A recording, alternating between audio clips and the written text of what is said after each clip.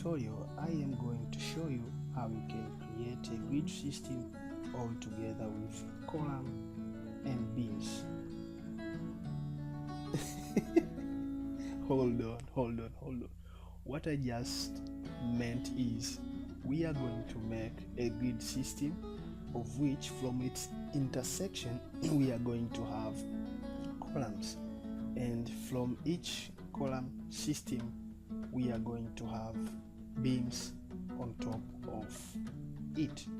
So as usual, this is Uswazi Talented TV and I'm your co-pilot. Right there I am, Bumbisco, Enock. Yeah. So tuende tukafungue Archicad na tuendelee na tutorial. So tukiwa tumefungua Archicad yetu kama unavyoona kwenye screen yako, and I have my stories kama zilivyokuwa arranged, na right now niko kwenye ground floor plan. Yeah, the way I arrange my stories, and then nitakwenda kuclick kwenye design, na baada ya kuclick kwenye design nitakwenda moja kwa moja kwenye grid system. Click kwenye grid system, and then the grid system setting will pop up as you see from your screen. Na then tutakachokwenda kufanya kwa leo, tutakwenda kwenye general setting, na tukiwa kwenye general setting kuna geometry. Kwenye hii part ya geometry kuna vitu viwili, ambacho cha kwanza ni orthogonal grid system na nyingine ni radial grid system. So today tutakwenda kufocus only kwenye orthogonal grid system, of which tunakuwa tuna focus na zile zinazokwenda horizontal na vertical too. So hatuta focus na hii radial for today, and tutakwenda ku highlight hiyo kama unavyoona kwenye screen yako, and then nitakwenda kwenye part ya pili ambayo imeandikwa place, as you can see from your screen. So kwenye place hapa tuna parts kama 4 tofauti, of which ya kwanza imeandikwa elements at grid line intersection. So what I mean from that point is, look at that picture I provided from the screen.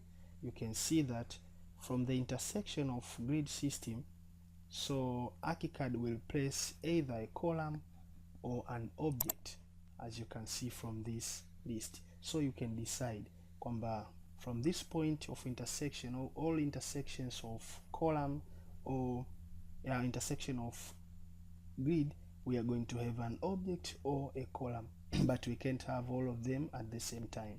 So we're going to choose to have an object or column. Object might be some columns. Kuna columns ziko kwenye part ya objects ambazo ni zile ionic na dolic, if you are familiar with it. And so you can decide. For today we are going to use just columns, and remember to put a tick right here to make sure that that will appear from the floor plan. If you don't check the tick here, it won't appear from the floor plan later. So we are going to put a tick right away, and then tutakachokwenda kufanya ni kuclick tena kwenye setting ili tupate kuweka heights and some things like that. So nitakachokwenda kufocus kwa sasa ni kuangalia kwanza kwenye shape ya hiyo column na unene wake. So shape tutakwenda kutumia square kama hivyo. Unene wa nguzo tutakwenda kuacha 300 by 300 mm, and I am using millimeters, so that's why I write in 300. Or so if you're using meters, you should provide 0.3, or you are using feet, you just focus on your metric or like so. So I'm gonna leave it as it is from this part, and the column I'm going to draw is vertical like you see, and just leave this part as it is. So I am going to focus from column height.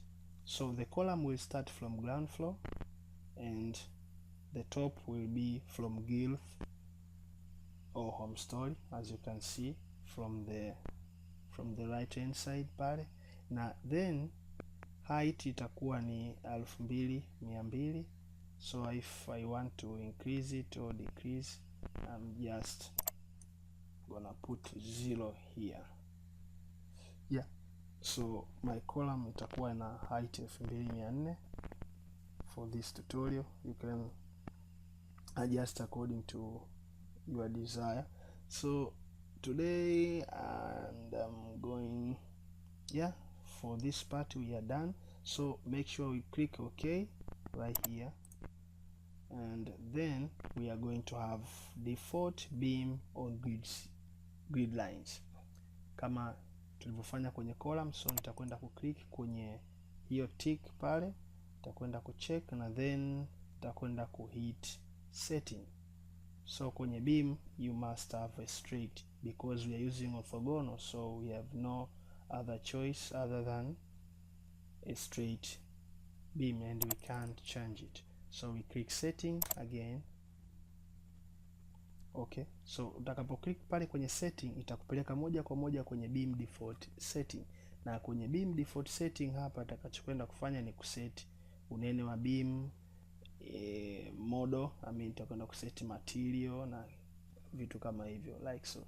So nitakachokwenda kufanya sasa ni ku highlight na kuweka unene wa hiyo beam. Let's say my beam itakuwa na depth ya 300 na unene wa hiyo beam upana itakuwa 300 like so, 300, and it will be structural concrete as you can see, and the height nataka iwe just on top of that column. So nitakwenda kuandika, nitakwenda kuplus ile 2400 ya kule awali na hii hapa 300, so itakuwa 2700. Beam inaanza kuwa calculated from top of the beam to the floor.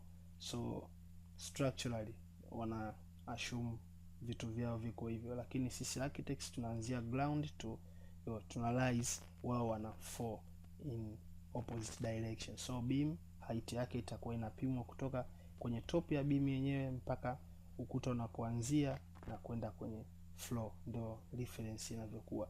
So hapa nitakachokwenda kufanya ni kuchange hii hapa na kuandika 2700 ili ije ikae on top of that wall like so. Na kingine maybe unaweza ukaset ukaseti surface, yani overlaid surface, but we are not focusing on that. You can change it later, and then we are going to hit OK. Now we are not going to focus on dimension line and total dimension today, so nitakwenda kuiacha hivyo hivyo, na then nitakwenda kuclick kwenye grid elements. Yeah, natokea kwenye grid elements hapa kuna extension line. So the extension line will be 4000, and the anchor point itakuwa kwenye upande wa hapa chini, lakini mimi sihitaji hapa, nitachange kuiweka pale, and this tutaiona baadaye nitakapomaliza, nitapokuwa na place utaiona anchor point, then nitakuonyesha, nitaelezea zaidi what does it mean, of which nitakapokuwa na place hiyo grid unit grid system kwenye canvas pale, hii point, hii corner ndio itakayotumika ku place hizo system za grid.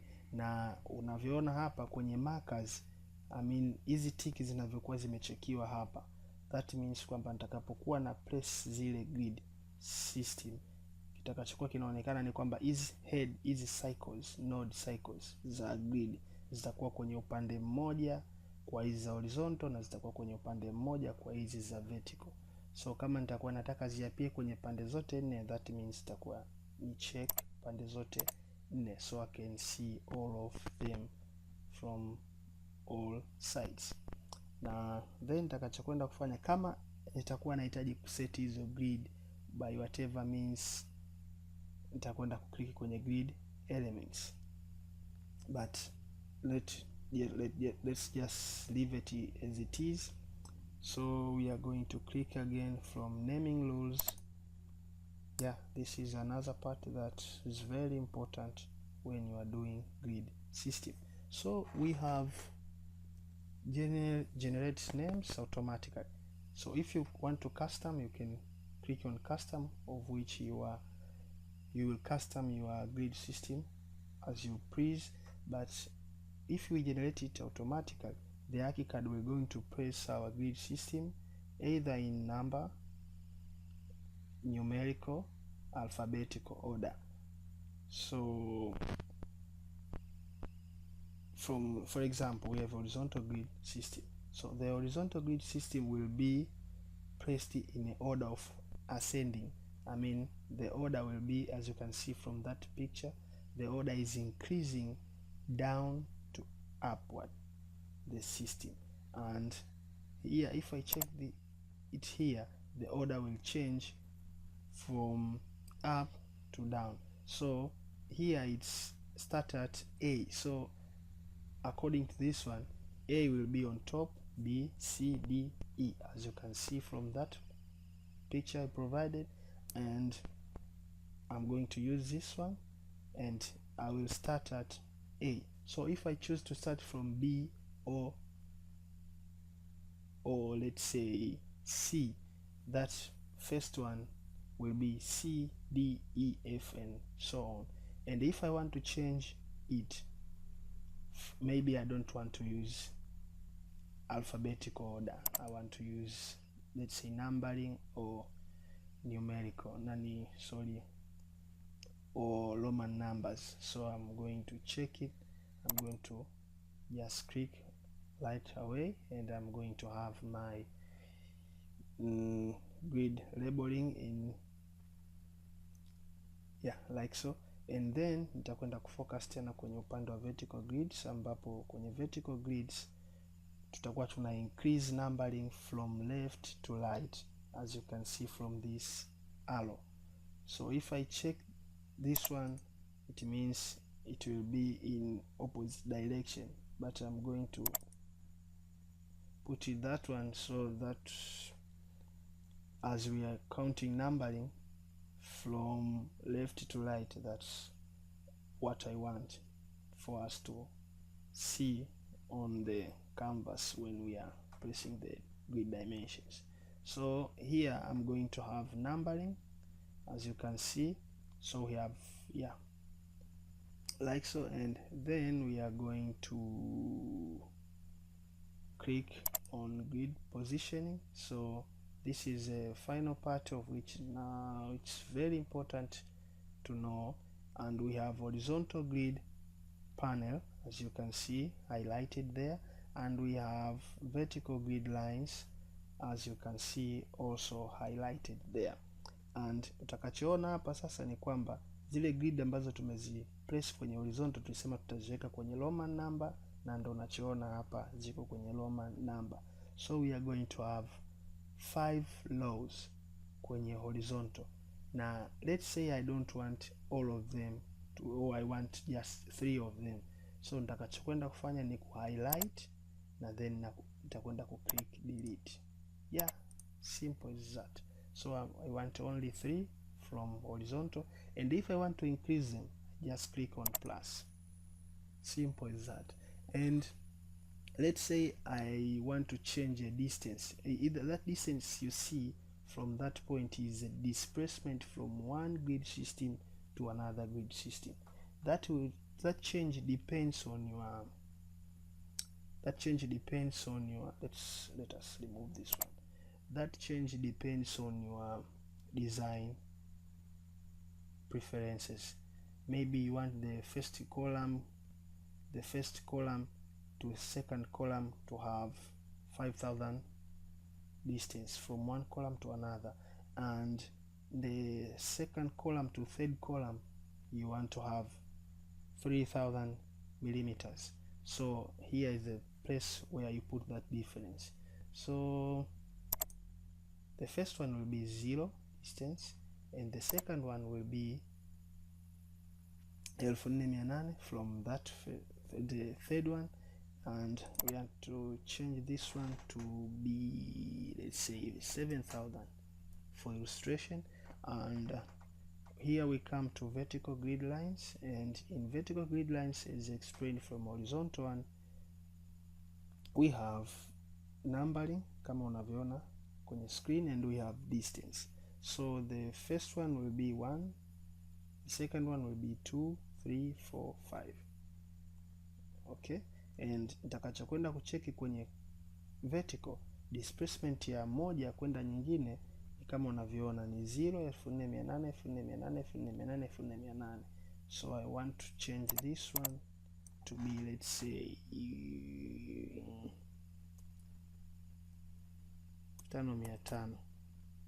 Okay, yeah, 5500. I just want to change only that, and I don't like this descending order.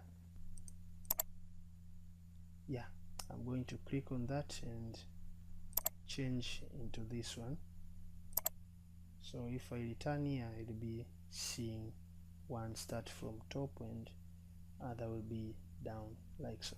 And hapo tutakuwa tumemaliza, then nitakachokwenda kufanya ni kuhit okay na kuplace hizo system right away. Okay, so kama unavyoona kwenye screen yako right now, ni hiyo unaiona, ni hiyo ni ghosting ya hizo grid system ambazo tutakwenda kuplace kwenye canvas ya Archicad, na nitakapo click itakwenda kuplace hiyo grid system, of which nitakwenda pia kuchagua na orientation ya kuweka hizo grid. Na kama unavyoona hiyo pen inawakilisha anchor point ambayo tulikuwa tunazungumzia pale awali kwenye wakati tunazungumzia kuhusu grids. And then nitakachokwenda kufanya right now ni kuchagua sehemu ya kuclick na kuipress hiyo. So nita click hapo, na baada ya kuclick itaniambia nichague orientation. So to pick a correct orientation, I'm going to press shift kwenye keyboard yangu ili ni focus au ni stack kwenye x axis, and then nita click for the second time to fix it in place. Yeah, as you can see, we have our column system and we are waiting for grid system to show up. Yes, yeah, we have a column system, but the grid has seen watermark. We can select them. What is it? What are we seeing? Oh my god, but this one sio tatizo kubwa sana. So takachokwenda kufanya ni kwenda either kwenye story moja wapo ambayo iko chini au juu, ambapo tunaweza tukaselect hizo grid kama unavyoona. So nitakachokwenda kufanya ni ku select all grid system na kuzi edit ili zionekane kwenye story zote. So nitakwenda ku hold alt kwenye keyboard, nita click ili kupick hiyo parameter ya grid, and then nitakwenda ku press control A kwenye keyboard ili ku select grid system zote, na then nitakwenda ku press control T kwenye keyboard yangu. Yes, as you can see, and here kwenye floor plan kama unavyoona kwenye sehemu ya show on story, current iko kwenye show home story only. So nita click hapo na kuactivate all stories. Yeah, like so.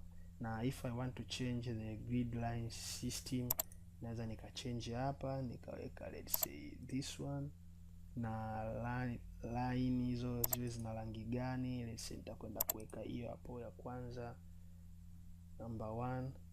Yeah, like so. Na if I want to change the markers, naweza nika change hapa au ningeweza kuchange kule mwanzoni. I'm going to hit okay, and everything will going to show up as you can see. And also we are not seeing the beams. Where are the beams? Oh, beams will be in GILF.